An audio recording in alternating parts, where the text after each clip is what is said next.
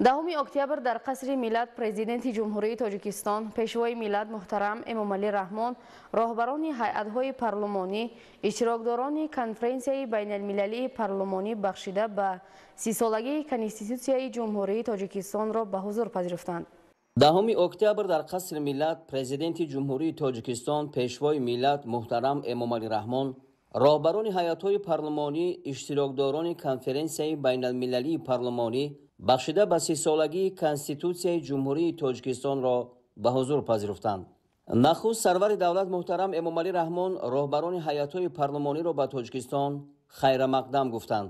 Президенти кишвар муҳтарам Эмомалӣ Раҳмон дар мулоқот оид ба қабули санади муҳиму тақдирсоз Конститутсия ва нақши он дар рушди парламентаризми давлати соҳибистиқлоли Тоҷикистон суханронӣ намуданд.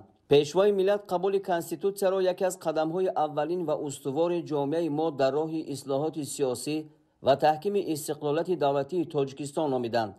зикр гардид ки дар солҳои аввали ба даст овардани истиқлолият кишвари мо бо мушкилоти азими сиёсӣ, иҷтимоиву иқтисодӣ ва ҷанги таҳмилии шаҳрвандӣ рӯбарӯ шуд.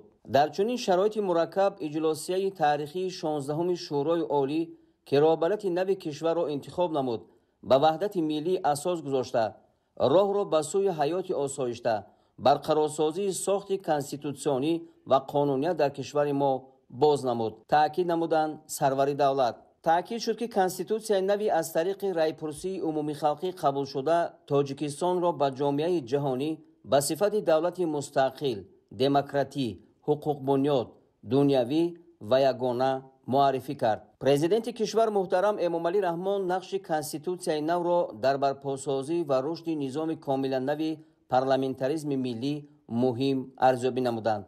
гуфта шуд ки парлумони Тоҷикистон ба ҳамаи талаботи парламентаризми байналмилалӣ ҷавобгӯ буда дар арсаи байналмилалӣ фаъолона баромад мекунад ва пайваста робитаҳоро бо парлумонҳои кишварҳои дигар мустаҳкам менамояд. ба иштирокдорони мулоқот муроҷиат карда пешвои миллат муҳтарам Эмомалӣ Раҳмон изҳор доштанд ки кишварҳои шумо низ дар сафи шарикони наздик, боэътимод ва боварбахши мо қарор доранд. зимни суханронӣ сарвари давлат муҳтарам Эмомалӣ Раҳмон ҳамчунин оид ба ҷанбаҳои муҳими ҳамкории кишварҳо аз қабили робитаҳои башарӣ дар асоси умумияти фарҳангию таърихӣ андешаронӣ намуданд. таъкид карда шуд ки мақомоти қонунгузори кишварҳои мо метавонанд барои инкишофи созандаи ин раванд мусоидати ҷиддӣ намоянд. сарвари давлат иброз доштанд ки тавассути гурӯҳҳои дӯстии парлумонӣ имрӯз Тоҷикистон бо зиёда аз 80 парлумони кишварҳои хориҷӣ ва созмонҳои байналмилалии парлумонӣ робита барқарор намуда онҳоро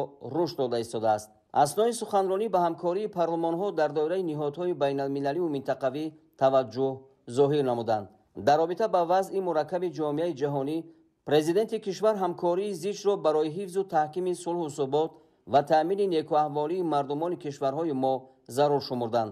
дар фароварди сухан сарвари давлат муҳтарам Эмомалӣ Раҳмон бо итминон изҳор доштанд ки чорабиниҳои имрӯза барои муайян кардани уфуқҳои нави шарикии васеъи кишварҳо хидмат хоҳад намуд.